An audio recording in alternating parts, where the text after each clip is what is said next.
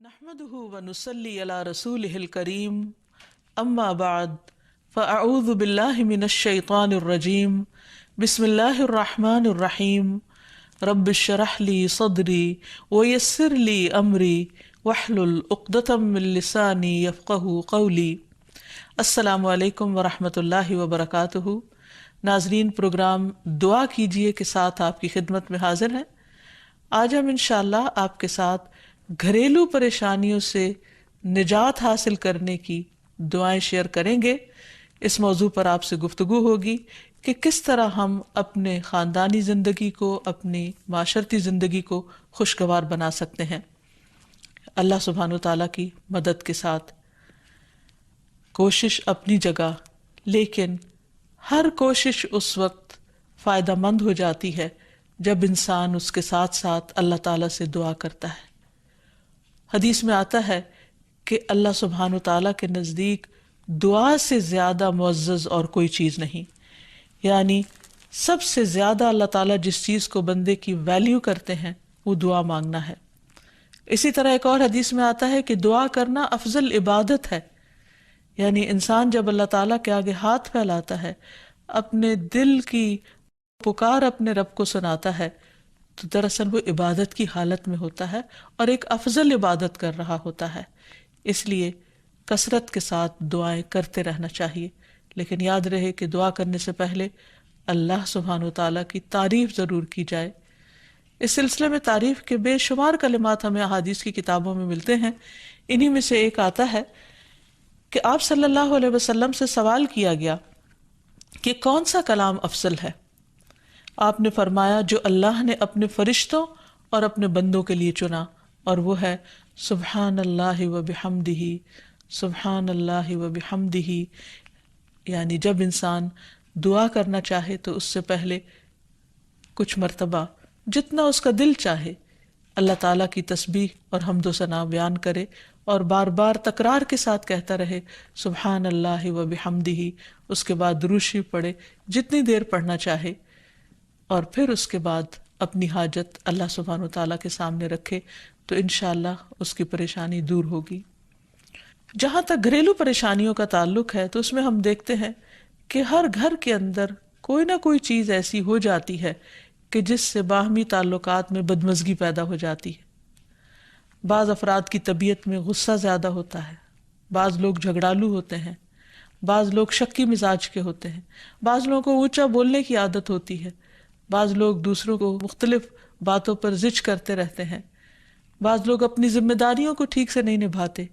تو یہ تمام چیزیں صرف نہ یہ کہ ایسے انسان کو خود بلکہ اس کے آس پاس رہنے والوں کو اذیت میں مبتلا کر دیتی۔ اب اس میں انسان بعضوں کو سمجھانے سے بھی کام لیتا ہے، دوسروں سے بھی مدد لیتا ہے، لیکن پھر بھی مسئلہ حل نہیں ہوتا۔ تو صحابہ کرام تو اپنی جوتی کا تسمہ بھی ٹوٹ جاتا تو اللہ سبحانہ تعالیٰ سے مانگتے تھے۔ تو اگر گھر کے اندر کسی قسم کی ناچاکی یا پریشانی ہے تو اس سلسلے میں بھی ہمیں اللہ تعالیٰ کی طرف رجوع کرنا چاہیے، اور پھر اس کے ساتھ ساتھ دوسرے کو جو مشکل پیدا کر رہا ہے سمجھانا بھی چاہیے۔ جہاں تک لڑائی جھگڑے کا تعلق ہے تو اسے منافقت کی علامت بتایا گیا۔ آپ صلی اللہ علیہ وسلم نے فرمایا کہ منافق کی 4 علامتیں ہیں، ان میں سے ایک بات کرے تو جھوٹ بولے، وعدہ خلافی کرے، امانت میں خیانت کرے، اور جب وہ جھگڑا کرے تو گالی دے، یعنی جھگڑتا بھی ہے اور گالی بھی دیتا ہے۔ نبی صلی اللہ علیہ وسلم نے یہ بھی فرمایا کہ اللہ کو سب سے زیادہ ناپسند آدمی وہ ہے جو بہت جھگڑالو ہے، یعنی اللہ تعالیٰ ایسے شخص سے محبت نہیں کرتے۔ اس لیے اگر آپ کسی سے بات کر رہے ہو تو اس کی بات توجہ سے سن لے۔ چھوٹی چھوٹی باتوں پر جھگڑنا اور دوسرے کے ساتھ بد اخلاقی سے پیش آنا یہ درست نہیں۔ پھر اسی طرح مومن جو ہے وہ کبھی بد اخلاق نہیں ہوتا، اور بد اخلاقی پھر منافقت کی علامت ہے۔ رسول اللہ صلی اللہ علیہ وسلم نے فرمایا تمہارے یہ نسب نامے کسی کے لیے گالی کا سبب نہیں ہے، تم سب آدم کی اولاد ہو، ایک دوسرے کے قریب ہو، دین یا عمل صالح کے علاوہ کسی وجہ سے کسی کو کسی پر کوئی فضیلت نہیں۔ آدمی کے برا ہونے کے لیے یہی کافی ہے کہ وہ فحش گو ہو، بد کلام ہو، بخیل ہو اور بزدل ہو۔ پھر اسی طرح آپس میں محبتوں کا نہ ہونا، بہن بھائیوں میں ناچاکی، یا شوہر بیوی میں ناچاکی، یا والدین کے ساتھ محبت کا نہ ہونا، یہ ایک طرح سے اللہ تعالیٰ کی طرف سے ایک آزمائش بھی ہو سکتی ہے اور ایک عذاب بھی ہو سکتا ہے۔ مومن تو محبت کرنے والا ہوتا ہے، اور اس شخص میں کوئی خیر نہیں جو محبت کرتا نہیں اور لوگ اس سے محبت نہیں کرتے، اور لوگوں میں سب سے زیادہ بہترین انسان وہ ہے جو لوگوں کے لیے فائدہ مند ہوتا ہے۔ تو اس لیے بہت ضروری ہے کہ خاندان کے اندر باہم محبت پائی جائے۔ گھریلو زندگی خوبصورت ہو جاتی ہے اگر آپس میں ایک دوسرے سے پیار، محبت اور ہمدردی کے جذبات پائے جاتے ہیں۔ پھر اسی طرح بعض اوقات گھریلو زندگی میں بدگمانیاں بہت تکلیف دیتی ہیں، یا گھر کے کچھ افراد سنی سنائی باتوں پر یقین کرتے ہوئے دوسروں کے خلاف بدگمانی پال لیتے ہیں، تو اس سے بھی پرہیز کرنے کی ضرورت ہے۔ اسی طرح گھریلو پریشانیوں میں گھر کا تنگ ہونا بھی ایک عذاب کی شکل ہے۔ اس لیے نبی صلی اللہ علیہ وسلم نے ہر وضو کرنے کے بعد جو دعا سکھائی، اس میں خاص طور پر یہ دعا آتی ہے کہ اے اللہ میرے گھر میں وسعت پیدا کر دے، یعنی ایک تو دلوں میں وسعت ہو، اور دوسرا یہ ہے کہ جگہ بھی کشادہ ہو۔ رسول اللہ صلی اللہ علیہ وسلم نے فرمایا 3 چیزیں بدبختی میں سے ہیں۔ عورت جب تو اسے دیکھے تو وہ تجھ کو بری لگے اور وہ تجھ پر اپنی زبان چلائے، اور اگر تو اس سے غائب ہو تو وہ اپنے نفس کی اور تیرے مال کی حفاظت نہ کرے۔ دوسرے، مریل سواری کہ اگر تو اسے مارے اور چلائے تو تجھ کو تھکا دے، اور اگر اسے چھوڑ دے تو تجھے جلد تیرے ساتھیوں تک نہ پہنچائے، اور ایسا گھر جو تنگ اور کم سہولتوں والا ہو۔ تو اس لیے اگر انسان ایسی کسی تکلیف میں مبتلا ہے تو اس کا حل بھی یہی ہے کہ کوشش کے ساتھ ساتھ انسان دعا کرے۔ اسی طرح خرچ میں کمی، وسائل میں کمی، مال میں کمی، یہ تمام چیزیں بھی عموماً گھروں کے اندر جھگڑے پیدا کر دیتی ہیں۔ کھانے پینے کی قلت، بنیادی ضروریات کا پورا نہ ہونا، تو ایسی صورت میں بھی انسان اللہ تعالیٰ کی طرف رجوع کرے، اور اس کے لیے ساتھ ہی کوشش بھی ضروری ہے۔ کوشش میں سب سے پہلے تو یہ کہ انسان لڑائی جھگڑا چھوڑے، صبر و ضبط کی عادت ڈالے، برداشت اور تحمل کی عادت اپنے اندر پیدا کرے، اپنے اخلاق کو بہتر بنائے۔ ایک حدیث کے مطابق اللہ سبحانہ وتعالیٰ جب کسی گھرانے پر خیر و برکت نازل فرمانا چاہتے ہیں تو اس گھر والوں کے اندر نرمی پیدا کر دیتے ہیں، اور ایک اور حدیث میں یہ بھی آتا ہے کہ جو نرمی سے محروم کر دیا گیا وہ ہر خیر و بلائی سے محروم کر دیا گیا۔ تو اس لیے گھر کے ہر فرد کو اپنے اپنے رویے پر غور کرتے ہوئے اپنے اخلاق کی اصلاح کرنے کی ضرورت ہے، اور دوسروں سے توقعات زیادہ رکھنے کی بجائے اپنا طرز عمل اچھا کرنے کی ضرورت ہے۔ اور گھر والوں کے ساتھ بہترین ہونا نبی صلی اللہ علیہ وسلم کی سنت ہے۔ آپ نے فرمایا تم میں سے بہتر وہ ہے جو اپنے گھر والوں کے لیے بہتر ہو، اور میں تم سب کی نسبت اپنے گھر والوں کے حق میں اچھا ہوں۔ یعنی آپ نے اپنی مثال دی کہ میں سب سے اچھا سلوک اپنے گھر والوں سے کرتا ہوں، تو تمہیں بھی اگر اچھا بننا ہے تو ایسا ہی کرنا ہوگا۔ پھر اسی طرح گھر والوں کو زیادہ سے زیادہ فائدہ پہنچانا۔ حسن بصری سے مروی ہے کہ اللہ تعالیٰ کے نزدیک پسندیدہ بندے وہ ہیں جو اپنے اہل و عیال کو سب سے زیادہ نفع دینے والے ہیں۔ پھر اسی طرح پیار و محبت سے رہنا۔ اگر لڑائی جھگڑا ہو بھی جائے یا کوئی غلط فہمی پیدا بھی ہو جائے تو اس وقت خاموشی اختیار کر لینا، مناسب وقت کا انتظار کر کے اس غلط فہمی کو دور کرنا ضروری ہے۔ پھر اسی طرح اللہ سبحانہ وتعالیٰ نے گھریلو زندگی کو خوشگوار بنانے کے لیے جو بہترین ہدایت ہمیں قرآن مجید میں دی ہے وہ ہے عفو و درگزر سے کام لینا۔ اللہ تعالیٰ فرماتے ہیں یا ایہا الذین آمنوا ان من ازواجکم و اولادکم عدوا لکم فاحذروہم وَإِن تَعْفُوا وَتَصْفَحُوا وَتَغْفِرُوا فَإِنَّ اللَّهَ غَفُورٌ رَّحِيمٌ إِنَّمَا أَمْوَالُكُمْ وَأَوْلَادُكُمْ فِتْنَةٌ وَاللَّهُ عِندَهُ أَجْرٌ عَظِيمٌ۔ اے لوگو جو ایمان لائے ہو، بے شک تمہاری بیویوں اور تمہارے بچوں میں سے بعض تمہارے دشمن ہیں، سو ان سے ہوشیار رہو، اور اگر تم معاف کرو اور درگزر کرو اور بخش دو تو بے شک اللہ بے حد بخشنے والا نہایت رحم فرمانے والا ہے۔ تمہارے مال اور تمہاری اولاد تو محض ایک آزمائش ہے، اور جو اللہ ہے اسی کے پاس بہت بڑا اجر ہے۔ یعنی انسان کو بعض اوقات اپنی ہی بیوی یا بیوی کو اپنے ہی شوہر سے، اور بعض اوقات اپنے ہی بچوں سے یا اپنے ہی والدین سے دشمنی کا اندیشہ ہو سکتا ہے، اور وہ ایک دوسرے کے لیے مصیبت اور بلا ہو سکتے ہیں، لیکن ایسی صورت میں بھی انسان کا گزارا نہیں ہو سکتا جب تک ایک دوسرے کو معاف نہ کرے۔ زندگی کی گاڑی نہیں چل سکتی جب تک انسان دوسروں کے قصور اور غلطیاں ان سے درگزر نہ کرے، کیونکہ ہر انسان کبھی غصے کی وجہ سے، کبھی جہالت کی وجہ سے، کبھی جلد بازی کی وجہ سے، کبھی لوگوں کے اکسانے پر اپنے پیاروں کے ساتھ زیادتیاں کر جاتا ہے۔ تو ایسی صورت میں انسان اگر چاہتا ہے کہ اس کی زندگی خوشگوار ہو تو اسے معاف کرتے رہنا چاہیے۔ نبی صلی اللہ علیہ وسلم کے اخلاق کے بارے میں جب پوچھا گیا تو حضرت عائشہ کہتی ہیں کہ آپ طعن و تشنیع کرنے والے نہ تھے، یعنی طعنے نہیں دیتے تھے، یعنی اگر کسی سے غلطی ہو جاتی تو اسے بار بار یاد نہیں کراتے تھے، فحش کام نہیں کرتے تھے، بازاروں میں چیخنے والے اور برائی کا بدلہ برائی سے دینے والے نہ تھے، بلکہ معاف کرنے والے اور درگزر کرنے والے تھے۔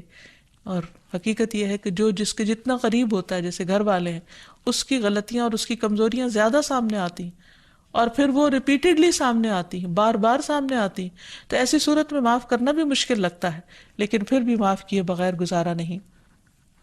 پھر اسی طرح یہ ہے کہ انسان اگر ہمیشہ دوسروں کا حق ادا کرنے کی فکر کرے تو اس سے بھی بہت سے جھگڑے ختم ہو جاتے ہیں۔ شوہر اگر بیوی کو حق دینے والا ہو، بیوی خوشی سے شوہر کا حق دینے والی ہو، بہن بھائی ایک دوسرے کے اوپر قربانی کرنے والے ہوں، ایثار کرنے والے ہوں، تو ایسی صورت میں گھر کا ماحول بہت خوشگوار ہو سکتا ہے۔ عورت کے بارے میں فرمایا نبی صلی اللہ علیہ وسلم نے کہ عورت اس وقت تک ایمان کی حلاوت نہیں پا سکتی جب تک کہ وہ اپنے شوہر کا حق ادا نہیں کرتی۔ اسی طرح شوہر کے لیے نبی صلی اللہ علیہ وسلم کا یہ اسوہ حسنہ بہترین ہے کہ آپ صلی اللہ علیہ وسلم اپنے گھر ہوتے ہوئے اپنے گھر والوں کے کام کاج میں ہاتھ بٹایا کرتے تھے، ان کی خدمت کیا کرتے تھے۔ جب نماز کا وقت ہوتا تو فوراً نماز کے لیے تشریف لے جاتے۔ آپ اپنے چھوٹے چھوٹے کام خود کر لیا کرتے تھے۔ یعنی اس سے بھی یہ پتہ چلتا ہے کہ خوشگوار گھریلو تعلقات میں دوسرے پر بوجھ نہ بننا ایک بہت اہم نقطہ ہے، کیونکہ اگر ہر انسان اپنی ذمہ داری خود لے لے تو دوسروں کے لیے وہ خوشگوار ہو جاتا ہے۔ پھر اسی طرح گھر والوں کو اگر کوئی غم، تکلیف یا پریشانی ہو تو اس موقع پر اپنے اختلافات کو بھول کر ان کی مدد کرنا، ان کی کیئر کرنا اور ان کی دلجوئی کرنا، یہ بھی بہت ضروری ہے۔ اور حد الوسع گھر کا ماحول خوشگوار رکھنا چاہیے، ایک دوسرے کا احساس کرتے ہوئے اور ایک دوسرے کے کاموں میں عیب نہ نکالتے ہوئے اور ایک دوسرے کو اپریشیٹ کرتے ہوئے، ایک دوسرے کی اچھی خوبیوں کو اور اچھی باتوں کی تعریف کرتے ہوئے، اور اسی طرح بعض اوقات اپنی خواہشات کو پیچھے کرتے ہوئے، کیونکہ اگر ہر انسان یہ چاہے کہ زندگی اس کے مطابق، کیونکہ اگر ہر انسان یہ چاہتا ہو کہ ہر کام گھر میں اس کی مرضی کے مطابق ہو تو یہ ممکن نہیں۔ بہت سے گھروں میں ساس بہو کا جھگڑا کس بنا پر ہوتا ہے، یا آپس میں قریبی رشتوں کا جھگڑا اور فتنہ فساد کس وجہ سے ہوتا ہے؟ کیونکہ ہر شخص یہ چاہتا ہے کہ گھر کا نظام اس کی مرضی کے مطابق ہو، حالانکہ ایسا ہونا ممکن نہیں۔ تو اس لیے ہر انسان کو اپنی رائے بھی دینی چاہیے، لیکن دوسروں کی رائے کا بھی احترام کرنا چاہیے، اپنی ضرورت بھی پوری کرنی چاہیے، لیکن اس کے ساتھ ساتھ دوسروں کی ضروریات کا بھی خیال کرنا چاہیے۔ پھر اسی طرح بہت سے معاملات میں قناعت اختیار کرنی چاہیے، کیونکہ یہ زندگی بذات خود ایک امتحان ہے، اور اصل عیش و عشرت کی جگہ جنت ہے، دنیا نہیں، یا دنیا کا گھر نہیں۔ تو اس لیے ضروری ہے کہ مشکل حالات میں انسان اپنے عزیزوں کا، پیاروں کا، گھر والوں کا ساتھ دے، ان کی مدد کرے۔ مثلا شوہر کے اگر معاشی حالات تنگ ہیں تو بیوی ناجائز مطالبات نہ کرے، اسی طرح اگر بیوی بیمار ہے تو شوہر اس سے بہت زیادہ گھر کے کام کا مطالبہ نہ کرے۔ تو ایک دوسرے کے حالات کی رعایت کرتے ہوئے اگر انسان ایک دوسرے سے توقعات رکھے تو اس سے بھی حالات بہت خوشگوار ہو سکتے ہیں۔ اور پھر یہ کہ ہمیشہ دوسروں کی چھوٹی چھوٹی ایفرٹ پر ان کے لیے شکر گزاری کے جذبات ہونے چاہیے۔ مثلاً اگر کوئی آپ کو گھر میں پانی پلا دے تو آپ اس پر بھی شکریہ بولیں، ہم عام طور پر اگر گھر سے باہر کہیں ہوتے ہیں اور کوئی ہمارے ساتھ تھوڑے سا بھی احسان کا معاملہ کرے تو ہم اس کے احسان کو مانتے ہیں، لیکن گھر والوں کا احسان ماننا ایک مشکل کام لگتا ہے. تو اس لیے اگر ہم چاہتے ہیں کہ گھریلو زندگی خوشگوار ہو تو اس میں گھر والوں کے احسان کو بھی ماننا ضروری ہے. اور پھر چھوٹی چھوٹی اذیتوں کو بہت مینشن نہیں کرنا چاہیے، ان کا ذکر نہیں کرنا چاہیے، ان پر صبر کرنا چاہیے. تو جو شخص شکر اور صبر سے کام لیتا ہے اس کی زندگی لازماً خوشگوار ہوتی ہے. لیکن اس کے باوجود بھی اگر گھریلو زندگی میں تنگی ہو، تکلیف ہو، آپس کی ناچاکی ہو، دشمنی ہو، پریشانی ہو، بہت بے چینی ہو، تو پھر اللہ سبحانہ و تعالیٰ ہی کی طرف رجوع کرنا چاہیے. کیونکہ قرآن مجید میں آتا ہے وَإِن يُرِدْكَ بِخَيْرٍ فَلَا رَادَّ لِفَضْلِهِ يُصِيبُ بِهِ مَن يَشَاءُ مِنْ عِبَادِهِ وَهُوَ الْغَفُورُ الرَّحِيمُ. اور اگر اللہ تجھ سے کوئی بھلائی کرنا چاہے تو کوئی اسے ٹالنے والا نہیں، وہ اپنے بندوں میں سے جسے چاہے فضل سے نوازتا ہے اور وہ بخشنے والا اور رحم کرنے والا ہے. تو اس لیے چھوٹی چھوٹی تکلیفوں پر بھی فوراً اللہ کا ذکر، اللہ کی یاد، اللہ کی تسبیح انسان کے دل کو سکون بخش دے. اور نبی صلی اللہ علیہ وسلم نے خصوصاً اپنی پیاری بیٹی فاطمہ رضی اللہ تعالی عنہا کو جب وہ گھر کے کام کاج کر کے تھک جاتی تھی، کیونکہ اپنے ہاتھ سے چکی پیستی، اپنے ہاتھ سے آٹا گوندتی، اپنے ہاتھ سے اپنے گھر کے کام کاج کرتی، بچوں کو لک آفٹر کرتی، تو بہت تھک جاتی تھی. اور اسی تھکاوٹ کی وجہ سے انہوں نے ایک دفعہ نبی صلی اللہ علیہ وسلم کے پاس جب کچھ قیدی آئے تو خادم کا مطالبہ کیا، لیکن آپ صلی اللہ علیہ وسلم نے ان کو خادم دینے کی بجائے یہ تسبیحات سکھائی اور فرمایا کہ جب تم اپنے بستر پر جانے لگو تو 33 بار سبحان اللہ، 33 بار الحمدللہ اور 34 بار اللہ اکبر پڑھ لیا کرو. اور اسی لیے یہ تسبیحات فاطمہ کے نام سے بھی معروف ہیں. تو رات کو خاص طور پر بستر پر لیٹ کر یہ تسبیحات ضرور پڑھ لینی چاہیے، کیونکہ یہ گھریلو کام کاج کی تھکاوٹ کا بہترین علاج ہے اور خادم کی جگہ کفایت کرنے والی دعائیں ہیں. پھر اسی طرح گھر میں وسعت اور کشادگی کی دعا، اللہم اغفر لی ذنبی ووسع لی فی داری وبارک لی فی رزقی. اے اللہ میرے گناہ معاف کر دے، میرے گھر میں وسعت پیدا کر دے اور میرے رزق میں برکت عطا کر دے. پھر اسی طرح چھوٹی چھوٹی پریشانیوں کے سلسلے میں مثلاً بچے کو چوٹ لگ گئی یا اچانک کسی وبائی مرض کا کوئی شکار ہو گیا تو علاج معالجے کے ساتھ ساتھ دعا کرنا ضروری ہے. مثلا گھر والوں میں سے اچانک کسی کو کوئی ایسی بیماری آ گئی، کوئی سٹروک ہو گیا یا ہارٹ اٹیک ہو گیا تو سارے گھر والے پینک ہو جاتے ہیں. ایسی صورت میں پریشانی کا صرف اظہار کرتے رہنے سے اور غمگین رہنے سے مریض کی مدد نہیں کی جا سکتی. تو اس موقع پر اللہ تعالیٰ سے دعا کرنی چاہیے. اور ایک بہت خوبصورت دعا جو نبی صلی اللہ علیہ وسلم نے حضرت اسماء بنت امیس کو سکھائی تھی کہ آپ نے فرمایا کیا میں تمہیں ایسے کلمات نہ سکھاؤں جن کو تم پریشانی کے وقت پڑھا کرو. اور وہ کلمات ہیں اللہ اللہ ربی لا اشرک بہ شیئا، اللہ ہی میرا رب ہے، میں اس کے ساتھ کسی چیز کو شریک نہیں بناتی. اور آخر میں یہ کہ گھر والوں کی باہمی محبت اور الفت اور تعلقات کی بہتری کی دعا کرنی چاہیے جو پیارے نبی صلی اللہ علیہ وسلم نے ہمیں سکھائی ہے. وہ دعا ہے اللہم الف بین قلوبنا واصلح ذات بیننا واہدنا سبل السلام ونجنا من الظلمات الى النور وجنبنا الفواحش ما ظہر منها وما بطن وبارک لنا فی اسماعنا وابصارنا وقلوبنا وازواجنا وذریاتنا وتب علینا انک انت التواب الرحیم وجعلنا شاکرین لنعمتک مثنین بها قابلیہا واتمہا علینا. اے اللہ ہمارے دلوں میں الفت پیدا فرما دے اور ہمارے آپس کے معاملات کی اصلاح کر دے. ہمیں سلامتی کے راستوں کی رہنمائی فرما اور ہمیں اندھیروں سے نجات دے کر نور کی طرف لے آ اور ہمیں تمام ظاہری اور چھپی بدکاریوں سے محفوظ رکھ.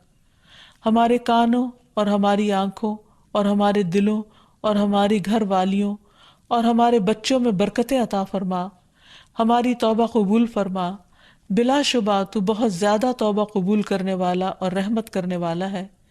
ہمیں اپنی نعمتوں کا شکر ادا کرنے والا بنا اور ان کی تعریف کرنے والا اور ان کو قبول کرنے والا بنا دے. ان نعمتوں کو ہم پر کامل فرما دے، یعنی ان نعمتوں کو ہم پر تمام کر دے، تو کس قدر جامع اور خوبصورت دعا ہے جو نبی صلی اللہ علیہ وسلم نے ہمیں سکھائی گھریلو زندگی کو خوشگوار بنانے کے لیے۔ ان دعاؤں کو پڑھتے رہنا چاہیے، یاد کر لینا چاہیے، قبولیت کے مواقع پر پڑھنا چاہیے۔ اگر زبانی یاد نہ بھی ہو تو دیکھ کر پڑھ لینا چاہیے، اور اگر ان کا ترجمہ نہ آتا ہو تو اردو میں پڑھنے میں بھی کوئی حرج نہیں، لیکن اللہ تعالیٰ سے مانگتے رہیے کیونکہ ساری مشکلات کا حل صرف اسی کے پاس ہے۔ وآخر دعوانا ان الحمد للہ رب العالمین۔ السلام علیکم ورحمۃ اللہ وبرکاتہ۔